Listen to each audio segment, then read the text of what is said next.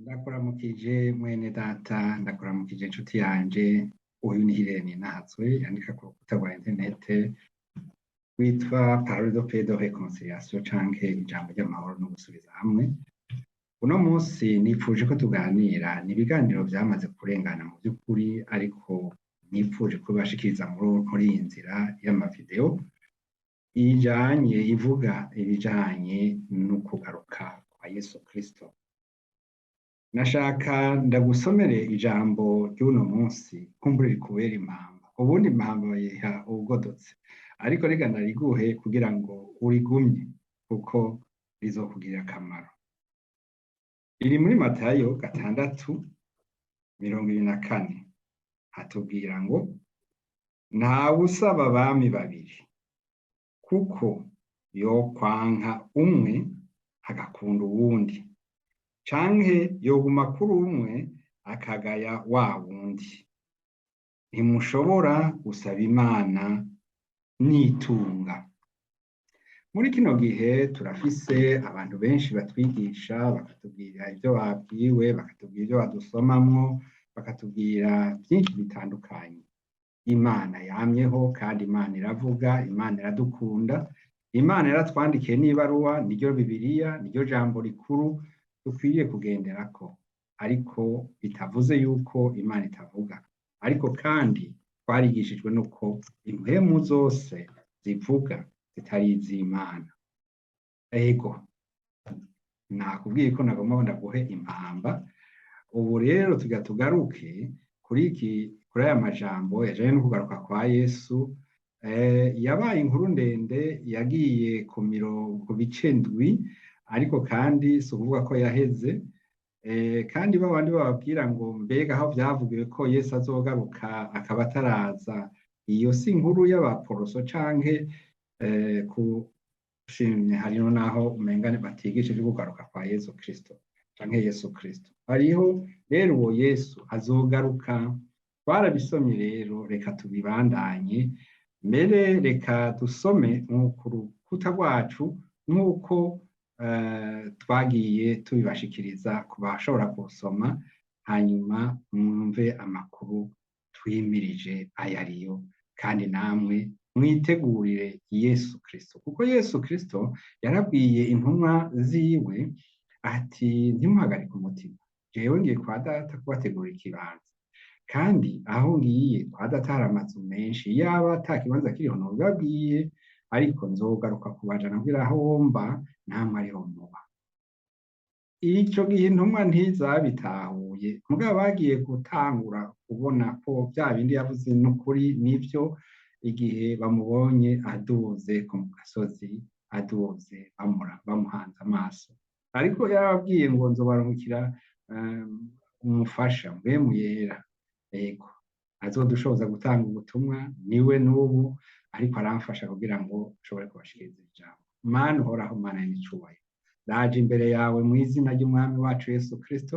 Ndakweretse uyu yaje gukurikira uyu munsi, kumbe ntamenyeye gukurikira amaudio, yumvise ngo ni naka, none yaje kumviriza, ariko ndasaba ngo ntabone naka, ariko abone Yesu, yumve Yesu, amenye ivya Yesu, amenye n'umugambi amufitiye ko ari umugambi mwiza, umugambi w'amahoro, umugambi wo kumutabara, ariko yamuhaye hitamwo. None rero muri iryo Imana ndasavye ngo uwo wese ataragira ihitamwo umushoboze kugira ngo agire ihitamwo ryiza uno munsi, uyu munsi utandukana n'iyindi minsi yose yabayeho, mu izina ry'umwami wacu Yesu Kristo, amen. Nababwiye ko ngira ndabashikirize, ndabereke ico gisomwa dufise dusangiye hano. Sinzi ko abariko baragikurikira ngena bariko barabibona. Ukugaruka kwa Yesu Kristo bizogenda gute? Iki gisomwa canditswe mu Kirundi no mu Gifaransa. Ico gihe co kugaruka kwa Yesu Kristo hazoba ibi bikurikira. Ibi nivyo dusanzwe dusoma muri Bibiliya, mu ikete ryandikiwe ab'Itesalonike, ni Pawulo yabivyanditse, igice ca 4 kuva ku karongo ka 13 gushika 17, havuga ngo umwami wacu bwiwe azoza amanutse avuye mu ijuru aranguruye ijwi rirenga hamwe n'akamo k'umumarayika mukuru n'inzamba y'Imana. Maze abapfiriye muri Kristo nibo bazobanza kuzuka, maze natwe abazoba bakiriho dusigaye tuzoca duteruranwa nabo mu bicu, dusanganire umwami mu kirere. Harakurikira ayandi majambo yo muri ico gitabo nyene, ariko mu Bitesalonika 2 handitse ngo umugwanizi yishira hejuru y'icitwa Imana cose canke igisengwa azokwicara mu rusengero rw'Imana yiyerekana ngo ni Imana. Ariko ubu n'umuntu azokwigira Imana atari Imana. Ariko novuga muri Bibiliya mu bitabo vya kera murazi ko harimwo ibice bibiri. Muri Zakariya handitse aya majambo ngo nzoba nkoranirije amahanga yose ngo atere i Yerusalemu, Uhoraho azokwisidukirira agwane n'ayo mahanga, azohagarika ibirenge umusozi wa Erayoni, kandi Uhoraho azoba umwami aganza isi yose. Uhoraho azomenyekana ko ari umwe gusa, n'izina ryiwe ari rimwe gusa. Ivyo tubisoma muri Zakariya 14 kuva ku karongo ka 2 gushika ku 9. Mwabonye ko nagenda simbamwo ibice mwebwe, ariko aho mwicaye, wewe aho wicaye ushobora gufata iyo Bibiliya yawe ugasoma izo nyandiko, kuko nababwiye nibizoranga ukugaruka umwami wacu Yesu Kristo. Kuko mu nyuma ndababwira imfunyafunyo y'ingena biriko biragenda canke bizogenda. Umve, ngira ntume integuza yanje, indoraniriza inzira imbere yanje, kandi umwami murondera azoshika giturumbuka mu rusengero rwiwe, ari we ntumwa y'isezerano. Munezererwa ahera aje, niko Uhoraho Nyen'ingabo agize. Ibi ushobora kubisoma muri Malakiya 3. Intumwa Yohana yabonetse, yari muri za ntumwa za Yesu Kristo. Niyo yabonetse, novuga yabonetse mu gihe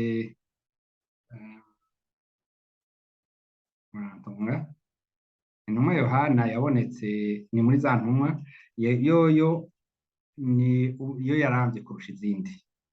Umwami Imana yaramwiyeretse kugira ngo imubwire ibizoba. Hanyuma nivyo ngira nsome hano turi kumwe namwe hano. Avuga ati, mbona intebe z'ubwami, kandi mbona ubugingo bw'abaciwe amazosi babahora gushingira intahe Yesu n'ijambo ry'Imana, batasenze ca gikoko canke igishushanyo cacu, kandi ntibemeye gushigwa ikimenyetso cacu mu ruhanga canke ku kiganza. Bazoba abaherezi b'Imana na Kristo, kandi bazofatanya nawe kuganza imyaka 1000. Ibi tubisoma mu Vyahishuriwe 20 akarongo ka 4 gushika ku 6.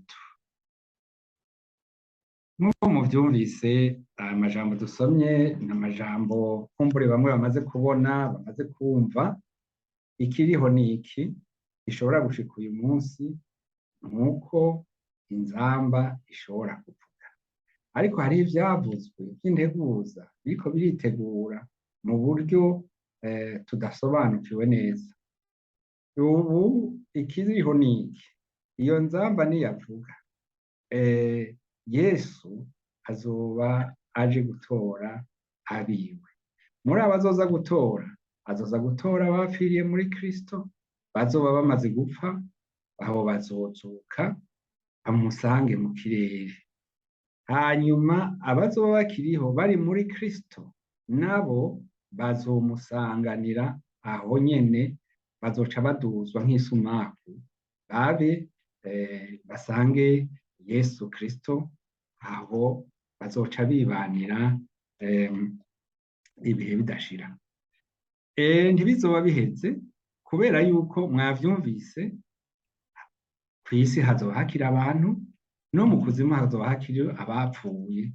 Abatari mu mwami Yesu bose bazoba bakiriho, bikiri nk'uko vyari bimeze.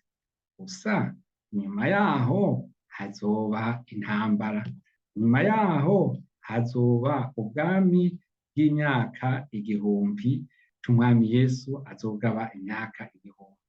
Inyuma y'iyo myaka 1000 rero abantu bose abapfuye bose bazozuka, hanyuma hacibwe imanza, hanyuma niho rero novuga nti hazohatanga ubuzima budahera kuri bamwe bwiza, abandi nabo ubuzima bw'amagorwa n'amahano ku bandi. Tuzobiganira hanyuma dusomye ikindi gisomwa, tuzobandanya tubisoma nk'uko nabibabwiye. Uno munsi dusomye intangamarara canke igice ca mbere c'ivyo twanditse bijanye no kugaruka kwa Yesu. Bavuze ngo iki inzambi izovuga. Muri Petero ibarwa rya 2:3-9 aratubwira neza ngo ntihagire abibaza yuko Imana yavyibagiye. Irindiriye yuko wihana, irindiriye ko abatarihana bihana. Nshobora kuhabasomera kugira ngo mugende muhumvise neza. Havuga ngo Petero igice ca 2:3-9 niho havuga ngo umwami Imana ntitebeje isezerano ryayo uko bamwe bavyiyumvira kwiritevya, ariko yihanganira mwebwe, ntigomba ko hagira abahona, ariko igomba ko bose bihana. Nshuti mugenzi, wumvise ko Imana igomba ko bose bihana, na wewe urimo. Uyu munsi ushaka kwakira Yesu nk'umwami n'umukiza wawe, aka n'akaryo keza. Ushaka usubira ukavuga uti narasubiye inyuma, hari ibintu wihane, uwo ni umwanya wo kwihana. Yego, none rero imbere yuko twakira tubwira abashaka kwakira Yesu nk'umwami n'umukiza wabo, no munsi nasomye Zaburi iramfasha cane, kandi nawe ndibaza kwigufasha. Ni Zaburi ya 46. Reka tuyisome hamwe, hanyuma nawe uce ubandanya mu mirimo yawe. Murambabarira gushika ubu hahandi bashira komantere, sindabona ubuhinga, no gusaza ndashaje murabibona, sindabona ubuhinga bw'ingene babikora, ariko mushobora kunyandikira kuri WhatsApp mu gihe cose muzaba mubona ko mutararonka umwanya wa komantere, kuko cyangwa kugira ico bivuze ko, kuko muri aya majambo habamwo inyigisho, habamwo abenshi bafashwa, habamwo ubufasha bwinshi. Yego, Zaburi ya 46 itubwira gutya: Imana niyo buhungiro bwacu n'inkomezi zacu, n'umufasha atabura guseruka mu magorwa. Nico gituma tutazotinya naho isi yohinduka, naho imisozi yoshingurwa ikaja mw'idamba ry'ibiyaga, naho amazi yavyo yobomborana agasuriranya, naho imisozi yotigitishwa no kwiterera hejuru kwayo. Hariho uruzi amazi yarwo anezereza umurwa w'Imana, niwo hera hari amahema y'isumba vyose. Imana iri hagati muri wo, ntuzonyeganyizwa. Imana izowutabara mu mutwenzi w'amacaca. Abanyamahanga bavugije urwamo, ibihugu vy'abami biravuguswa. Ivuze ijwi ryayo, isi irashonga. Uhoraho nyene ingabo ari kumwe natwe. Imana ya Yakobo n'ubuhungiro bwacu. ingene yarekuriye ubuhungiro bwacu. Nimuze murabe ibikorwa vy'Uhoraho, ingene yarekuriye ubugesera mw'isi, aca intambara gushitsa ku mpera y'isi, avunagura imiheto, amacumu arayacagagura, imikogote ikwegwa n'amafarasi ayituririra mu muriro. Nimwisigireho mumenye ko ari jewe Mana, nzoshirwa hejuru mu mahanga, nzoshirwa hejuru mw'isi. Uhoraho nyene ingabo ari kumwe natwe, Imana ya Yakobo n'ubuhungiro bwacu. Uhoraho nyene ingabo ari kumwe natwe, Imana ya Yakobo n'ubuhungiro bwacu. Amen. Mugenzi, navuze nti ushaka kwakira Yesu nk'umwami n'umukiza wiwe, nta kindi vyatuza akanwa kawe. Mwami Yesu, ndaje imbere yawe muri kano kanya, ndakwakiriye nk'umwami n'umukiza wanje. Nihakanye Satani n'ibikorwa vyiwe, nemeye kugukurikira ubugingo bwanje bwose. Wewe mwami usumba bose, wewe wapfuye ukazuka, waje kudutabara uvuye mw'ijuru. Turagushimiye kuri ivyo bikorwa udukoreye no kuri aka karyo uduhaye ko kudukurako ivyaha vyacu vyose. Dusavye inkomezi zawe, mpwemu wawe badushoboze kugira ngo tugendere mu nzira zawe, mw'izina ry'Umwami wacu Yesu Kristo. Amen.